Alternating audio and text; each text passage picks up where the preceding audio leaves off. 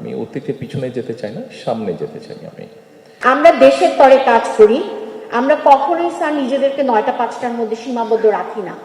আমদানি রপ্তানি কার্যক্রম সচল রাখতে আমাদের কাস্টম হাউসগুলো, শুল্ক স্টেশনগুলো অলমোস্ট 24 ঘন্টায় কাজ করে।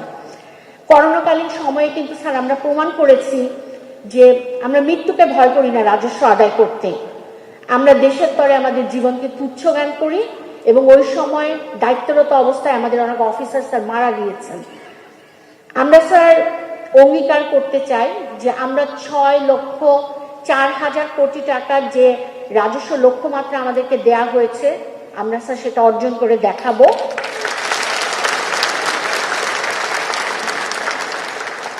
আমরা স্যার অর্জন করবই, কারণ আমরা দৃঢ়ভাবে বিশ্বাস করি এবং আমরা আমাদের মনে এবং মননে সবসময় আমাদের দেশকে রেখেছি।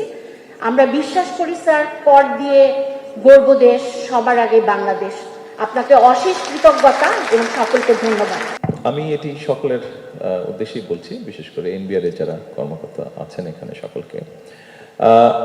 একটি ঘটনা ঘটেছে, এটা আমরা সবাই জানি।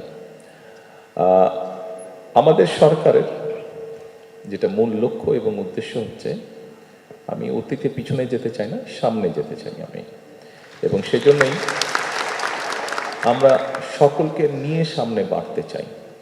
আমাদেরকে যদি সামনে এগোতে হয় তাহলে আমাদেরকে সকলকে একত্রিত কাজ করতে হবে, একত্রে যেতে হবে। আপনি যেটা বক্তব্যটা যেটা বিষয়টা তুলে ধরলেন, এটাকে যদি কিছুটা একটা এক্সাম্পল দিয়ে বোঝানোর আমি চেষ্টা করতে পারি, সেটা হচ্ছে, দেখুন, সমস্যা তো থাকবেই। একটি দেশে বিভিন্ন শ্রেণীর মানুষ আছে, গভর্নমেন্টের বিভিন্ন মিনিস্ট্রি বা বিভিন্ন ডিপার্টমেন্টস আছে। স্বাভাবিকভাবে আমরা যেহেতু মানুষ, আমাদের বিভিন্ন রকম সুবিধা অসুবিধা থাকবেই। গভর্নমেন্টও বিভিন্ন রকম পলিসি নিবে এবং পলিসিগুলা কম বেশি সবার স্বার্থ বিবেচনা করেই নিবে। তো এখন এই পুরো বিষয়টাকে যদি আমরা কিছুটা এইভাবে চিন্তা করার চেষ্টা করি, দেখুন, একটি সংসারের মতন, পুরো দেশটা একটি ফ্যামিলির মতন, সংসারের মতন। ফ্যামিলিতেও বিভিন্ন সদস্য থাকেন। এখন ফ্যামিলিতে বাবা মা মূল দুটি ক্যারেক্টার। আমরা যদি এইভাবে চিন্তা করি, সমস্যা ওনাদেরও থাকে, সুবিধা অসুবিধা ওনারও থাকে, কিন্তু ওনারা যদি স্ট্রাইক করে বসে তাহলে কি সংসার চলবে? তো ব্যাপারটা হচ্ছে এরকম, একটা গভর্নমেন্টের একটা রিজ স্পন্দন বা হার যে কয়টিকে বুঝায়, রেভিনিউ ডিপার্টমেন্ট এরকম। আপনাদের সমস্যা ছিল, আপনারা রেইজ করেছেন। তবে যেহেতু আমি বললাম যে আমরা সকলকে নিয়ে এগোতে চাই, যেটি অতীতে হয়ে গেছে, আমাদের প্রত্যাশা থাকবে যে ইনশাল্লাহ ভবিষ্যতে এরকম কোনো অপ্রীতিকর ঘটনা ঘটবে না।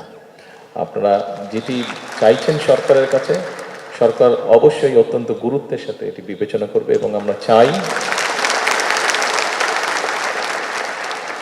আমরা চাই সকলকে নিয়ে দেশটিকে গঠন করার জন্য। আমরা চাই যারা সৎ, যারা দক্ষ অফিসার্স আছেন, তাদেরকে আরো বেশি করে কাজ করার সুযোগ করে দিতে, তারা যাতে দেশের জন্য আরো বেশি কন্ট্রিবিউট করতে পারেন। এবং সেই কারণে যেই পরিবেশ তৈরি করা দরকার, সরকারের সর্বোচ্চ চেষ্টা থাকবে সেই পরিবেশটা তৈরি করা। ধন্যবাদ।